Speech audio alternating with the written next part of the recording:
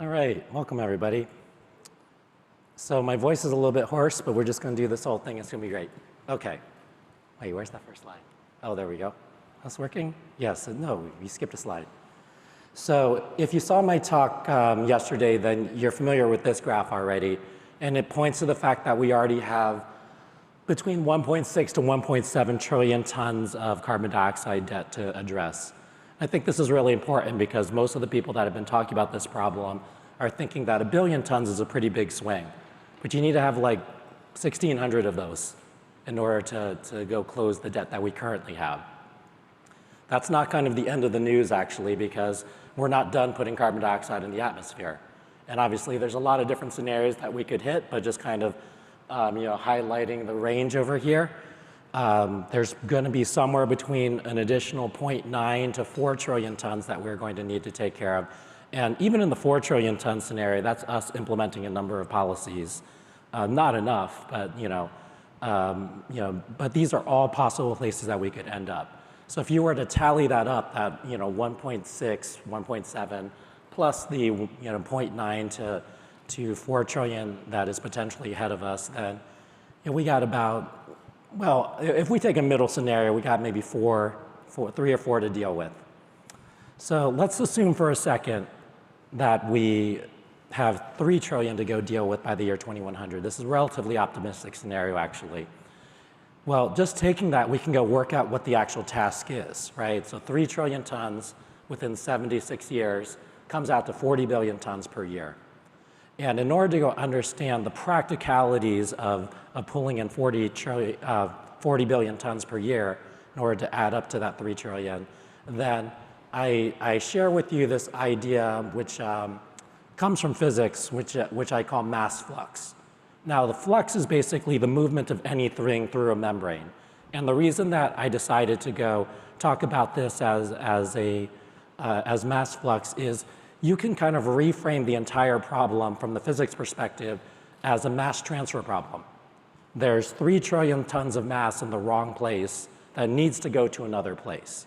So you can basically define mass flux as the rate at which mass is collected through a collection aperture and then put in some safer place than it is right now. So the amount of mass that comes in through per time unit is the mass flux. Now, practically speaking, there's a couple different ways to achieve a lot of mass flux. One of them is, I'm just take a sip real quick. One of them is nature-based. The other category is technical. Now, pros and cons with everything. But if you're trying to achieve a lot of sequestration in a short amount of time, it actually is pretty helpful for nature-based solutions to have such enormous apertures, right? When your collection aperture is, a billion hectares of forest, then that's actually pretty large collection surface area. If it is phytoplankton in the ocean, that's a very large collection area. If it is all the wetlands of the earth, then that's a pretty large collection area. Now, in comparison, if you're trying to go build something technical, oh, this is terrible. No problem. Just one second. If you're trying to build something technical, then intrinsically your collection aperture is quite small. So even the biggest direct air capture plants on the planet, even the largest industrial facilities that we've ever created, period, are typically less than 1 kilometer square. And compare that to the extent of a forest, the extent of a wetland, the extent of the oceans. It's not even close in terms of aperture. So when you have a small aperture, you end up needing to spend a lot of energy sucking air through the aperture in order to successfully have enough carbon dioxide pass through your collection surface to even get something even vaguely interesting. Which is why when you look at these direct air capture plants, you see so many rows of fans. That's them basically trying to deal with the aperture problem. But when your aperture is quite small, you're just stuck with that problem at a fundamental level. And obviously you need to use energy to run those fans. Now, the good stuff on nature-based, huge aperture like I just spoke to. Most of the nature-based stuff is photosynthesis powered as well, which means that it is independently powered without us needing to do anything in particular. As opposed to technical sequestration is typically electricity powered, or sometimes it can be, you know, thermally powered depending on what's near you, but mostly electrically powered. So it prices up as a function of the cost per kilowatt hour. And lastly, within nature-based, you can get a lot of ecosystem co-benefits. And the ecosystem co-benefits could include protecting biodiversity, rebuilding habitat, creating more natural resources for us even. That could be economic inputs. But of course, technical sequestration also has some co-benefits if you're able to go figure out how to go use that carbon dioxide. Now, how do you, yeah, this is literally terrible. Okay, so how do you get the amount of area that is required to go do this? As mentioned in my talk yesterday, we are spending a huge percentage of our land mass of the planet on protein production. If we're able to reduce that substantially, we actually free up an area that is larger than all the forests of the planet. That means we could more than double planetary biomass, actually, and that would actually be quite substantial relative to both bringing back a lot of critical ecosystems and also addressing the problem at an interesting scale with an aperture that is large enough so that the mass flux works within the time frame that we have to go head this off. But in order to really understand what that looks like, we should take a step back and look at all of carbon on the planet. So the actual amount of carbon on the planet is astronomical.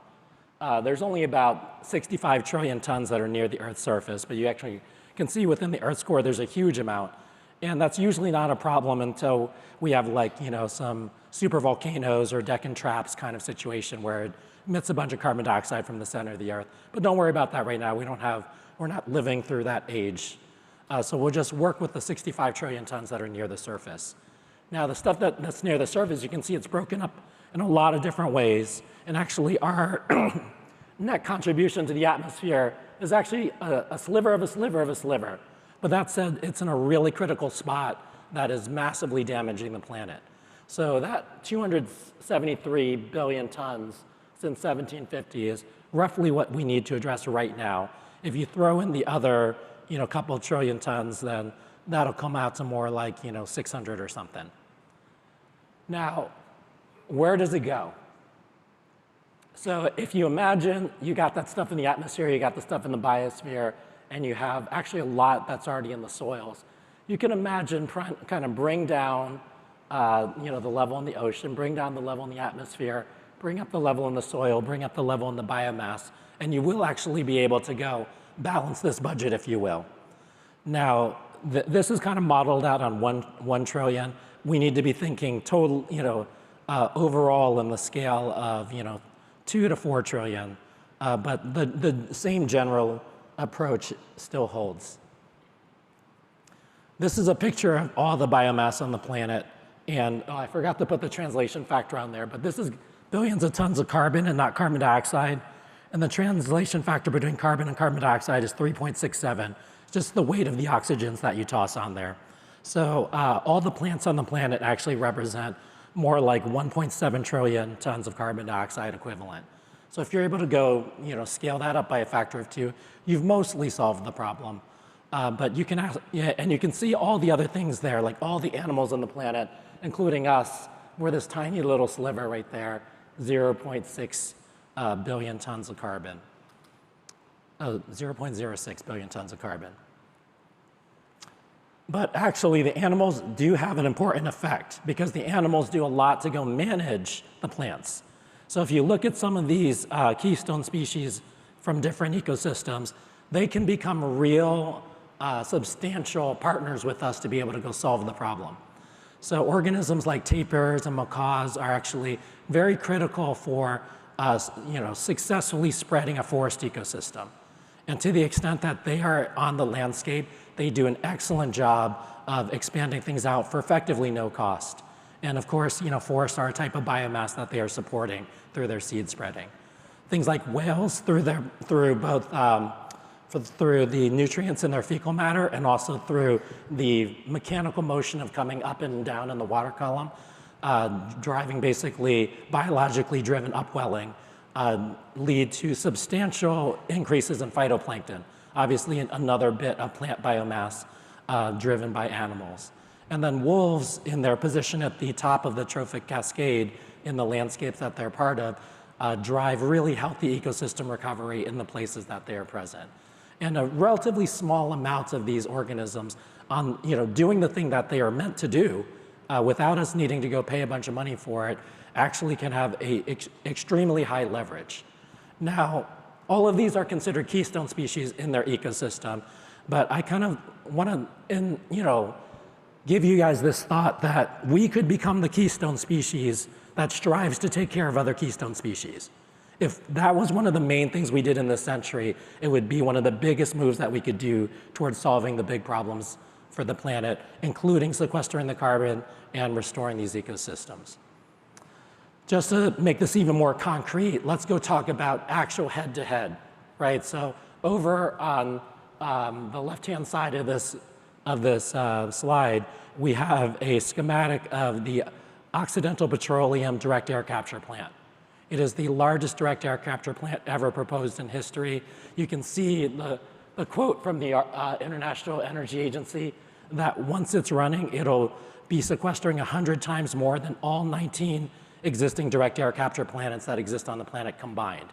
So that sounds like a lot. That's 100 times more than everything that's happened so far. And this plant costs between $2 to $3 billion. But if you do the calculations, per year, this plant pulls in about as much carbon as 200 beavers. So it's about $10 million a beaver. And I tried to go look up the cost of a beaver, and they're actually free. A pair of beavers makes 2 to 8 beavers every year. So we kind of don't need to pay for them, but we do need to think about them, and we do need to think about land use relative to being able to bring back the places where they were creating these natural wetlands. The reason they do carbon sequestration is that basically they produce natural wetlands. Natural wetlands are basically sedimentation traps that drive anoxic decay, which is a very fast way and very permanent way to go store carbon en masse. And actually, in North America, we already wiped out 95% of the beavers since the start of colonization. So there's kind of a big opportunity if we decide to do it. Obviously, the Europeans also have beavers. There's slightly fewer beavers. There's some beavers in parts of Russia, but not all the way over here.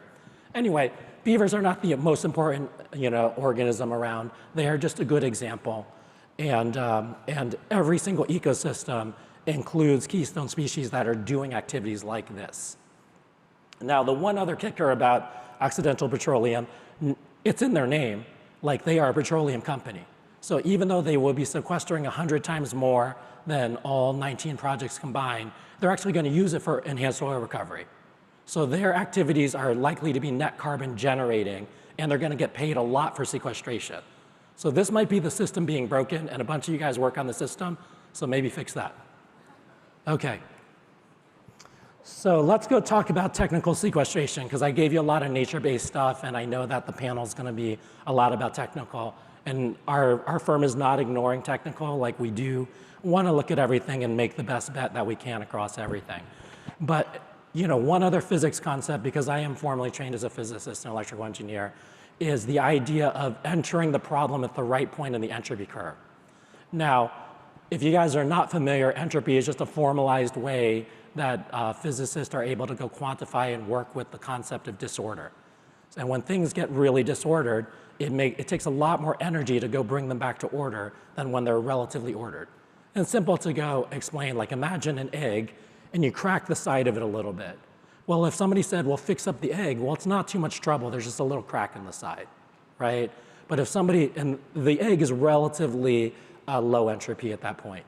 Now, if you take the same egg and you smash it on the kitchen floor, and somebody says, well, make that into an egg again, well, now it's going to take a lot more time and energy because the entropy is so high, right? And effectively, when you choose to enter at the wrong point in the entropy curve, it's basically like trying to go put the egg back together when everything's smashed on the floor versus earlier on. Now, what do I mean by this practically in the carbon context? Well, over here, we have the approximate percentage of carbon dioxide of the flue gases from a couple different reference points. So an ethanol plant has almost 100% carbon dioxide emissions with trace water vapor. Coal-fired power plant, about 25%. A steel plant, about 21% carbon dioxide, about 25% carbon monoxide. And basically, if you were trying to go capture the carbon from these flue gases, well, over here you get to pick it at 1 part in 1. Over here you get to pick it in 1 part in 4. Over here you get to pick it in 1 part in 5. That's actually relatively easy. If you release it into the atmosphere, given the vapor pressure, it takes just minutes before it basically is mixed with the atmosphere at the same level of concentration as the broad atmosphere, in which case you're trying to pick it from 1 part in 2,500. That's just a lot harder. It's way harder to grab into a bag and pick a thing 1 out of 2,500 than it is to grab into a bag and pick 1 out of 1 or 1 out of 4. Makes enough sense, right? And I have talked with a bunch of people on the policy side because they will not support this because they're worried about the moral hazard, but they will support that. But the difference between this and this is about 10 minutes. So I'm just talking about like a physicist, not a policy person. I don't know how policy works. I don't know if it works, but like, I'm just telling you it's only 10 minutes difference. So please write the policy so we can actually capture it here. It is literally going to be 100 times cheaper. Please don't make us do it later on. Okay, other points on this. Actually, there's a whole deep talk on this. This is great. And actually, it was done by my colleague at my firm. It's called Understanding Carbon Capture. It's about 25 minutes long, so I couldn't smush it into a 20-minute talk. And also, she does a better job of it anyway. So you can feel free to go grab the QR code if you want to go have a reference to that talk. And actually, behind the graphic, behind the text on the left-hand side, you can see a graphic where she mapped out the entire landscape in terms of, different types of sorbents, different kind of mechanical approaches, so on and so forth, and actually just works out the practicality of each one of these approaches. And actually, one really important insight that we got from doing this landscaping exercise was it's really easy to get lost when entrepreneurs are pitching you on this as to what the important metric is. Because a bunch of them will say like, oh, I have the most efficient sorbent in history and da-da-da, or like my sorbent recovery is like super low energy. That sounds all great, right? But like, how do you go compare something like that compared to 10 other approaches, including ones that are not chemically the same, mechanically the same? Well, we actually worked out a kind of unifying metric that you can use for everything, which is the number of kilowatt hours of energy that are required per each sequestered ton. And from our estimates and what we believe is going to be economically viable, then we would not back any technique that takes more than 300 kilowatt hours per ton. For reference, the direct air capture approaches out in the world today take between 1.5 to 4 megawatts hours per ton. So it's just not in the right range at all. Honestly, I think 300 kilowatt hours per ton is still a little bit too generous. But like, this is a good spot for where we are right now. And this is fully doable in a concentrated flue gas situation. It's way harder in a direct air capture situation. But like I said, it's 10 minutes different, guys. Let's try to get that one right. Okay, with that, that was actually the whole presentation here. I'm not sure if it's time for the panel, right? We're gonna do this thing. So thank you so much. Sorry about my voice.